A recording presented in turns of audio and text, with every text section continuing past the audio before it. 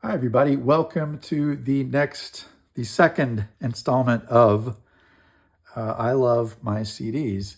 I hope you liked the first one. I thought it was okay. And one thing I wanted to improve was to make it shorter. And so let's see if I can do that. I'll make it shorter by trimming the amount of CDs I talk about from 10 to right now, I think I have 6, maybe 7. So we'll see how this goes. We'll just take it as we go here. Let me actually move these out of the frame so we can just have one at a time.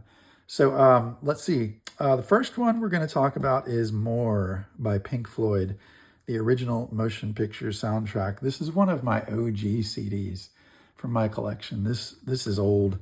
I've had this since high school. And I played the hell out of it in college. This is one of my favorite Pink Floyd records. You know, I have not quite a love-hate relationship with Pink Floyd.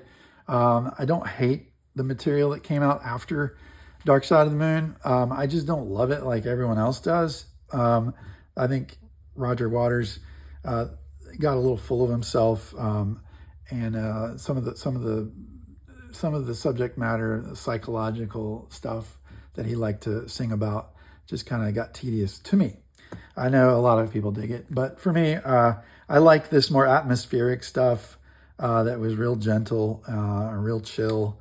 David Gilmour and the band had a more prominent role in creating this music before Roger took over with an iron hand. I love Richard Wright's organ on this album. It's just, I think Richard Wright on this album is as good as it gets, and I just really get a vibe from this record that's just stunning to me. There's a few songs on here that are best seen in the the sequence of the movie, I'm sure. But there's other songs like Nile's Song, Green is the Color, Cymbeline. Those are all pretty rockin' songs that would stand alone outside of the soundtrack context. I think this is a wonderful album. It's a great CD that I've cherished for many years. So this was on Capitol. This is from 1969. Great record. Next, this is a more recent acquisition. I got this recently on Discogs in a bigger order. I saw the seller had it inexpensively. I'm a big Alison Krauss fan, but I had never gotten this one. It's called Windy City. Alison looking rather fetching with some windswept hair. I know what you're thinking. This was recorded in Chicago. No, it was not. It was recorded in Nashville. This is a nice package. This is the deluxe edition that was issued in Target. This came out in 2017. And it's a nice hard shell digipack type presentation here. And the booklet is stapled in. Some nice photos in here. Some sort of really artsy glamour photos. Alison does a bunch of cover songs on here. There's You Don't Know Me by Cindy Walker. There's Gentle on My Mind, which was a famous Glenn Campbell song. I Never Cared for You, which is from Willie's prime as a songwriter. Great songs. I was expecting to love this a lot more than I did. Didn't quite get there all the way for me.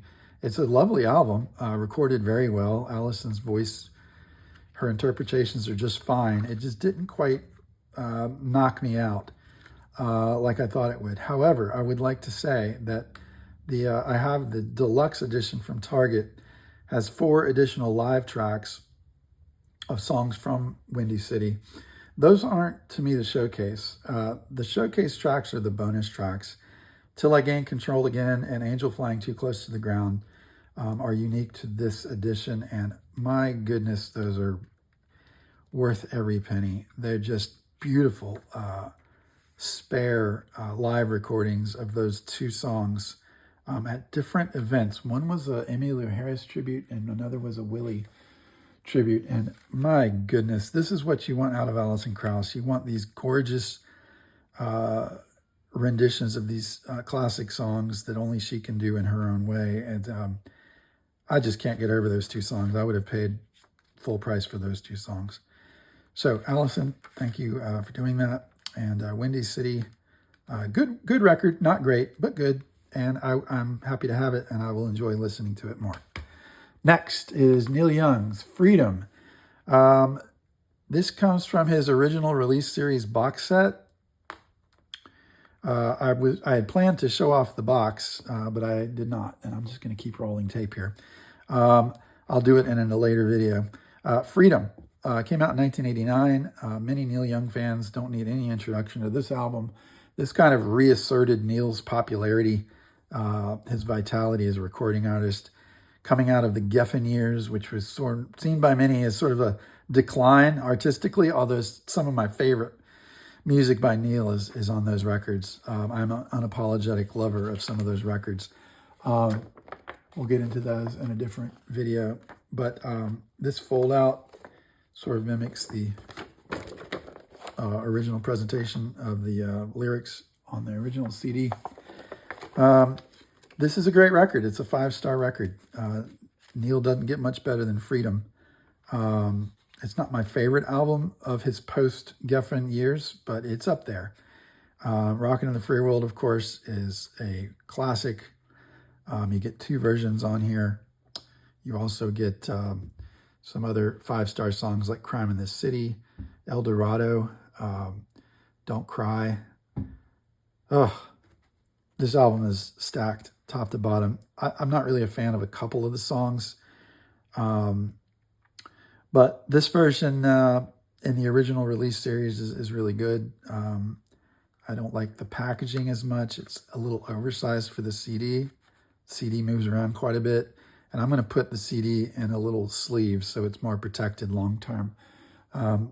So the packaging on the ORS to me is a little iffy, but the music is not. It is the opposite of iffy. It is a deadlock certainty 5-star album. If you don't like this, we don't have much in common. Next, Willie Nelson. Willie, That's Life. This came out in 2019, I think. It's a bunch of standards that are associated with Frank Sinatra.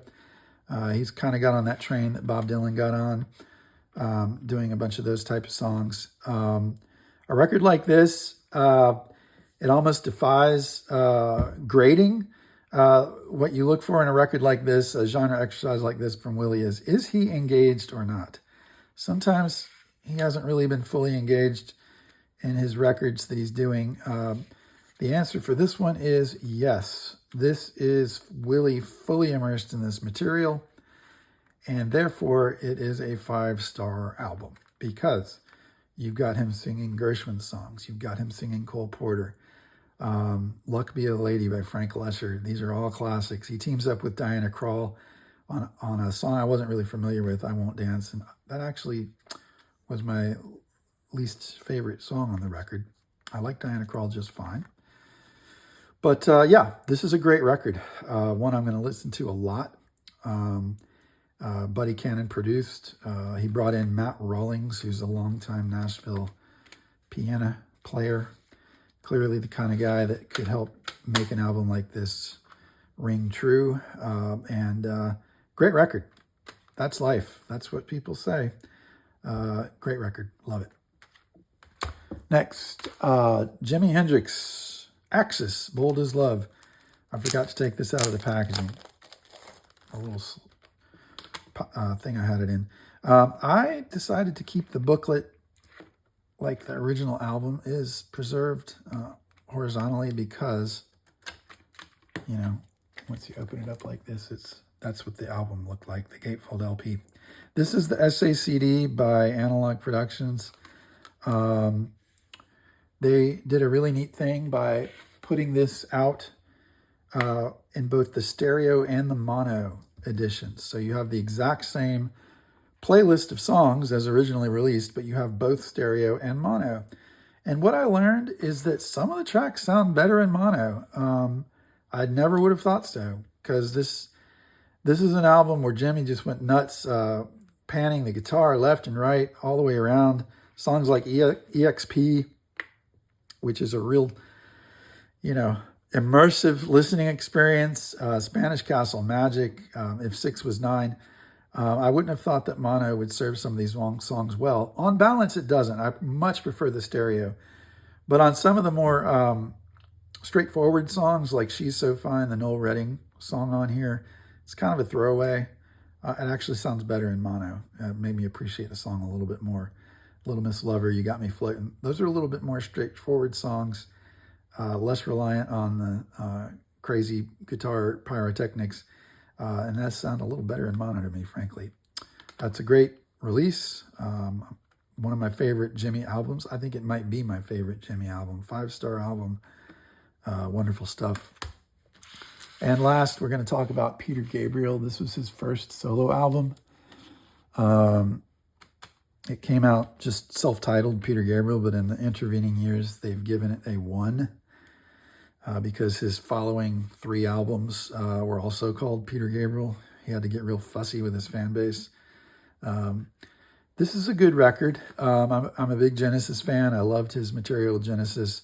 There are some prog touches on here. The first song, Moribund, the Burgermeister. Come on, Peter. That seems like it's a Genesis song completely. And then as if to say, all right, enough of that, Salisbury Hill is the next song, which is a classic. Everybody knows it. It's a very pop-oriented song. And it sort of points the direction to a new direction. There's a few filler songs on here that don't really do much for me. But overall, I think this is a great first solo album for Peter. It's indulgent. It's produced by Bob Ezrin, who had been producing Kiss at the time. He had been working with Alice Cooper. Some of that stuff winds up on here. Those sounds, there's, what is it? Down the Dolce Vita almost sounds like it could be a Kiss song. There's some headbanging guitar in there. So anyway, this is a good record. I give it 4 stars. It's a good, solid first solo attempt by Peter Gabriel. And this is a 2002 remaster. It sounds pretty good to my ears.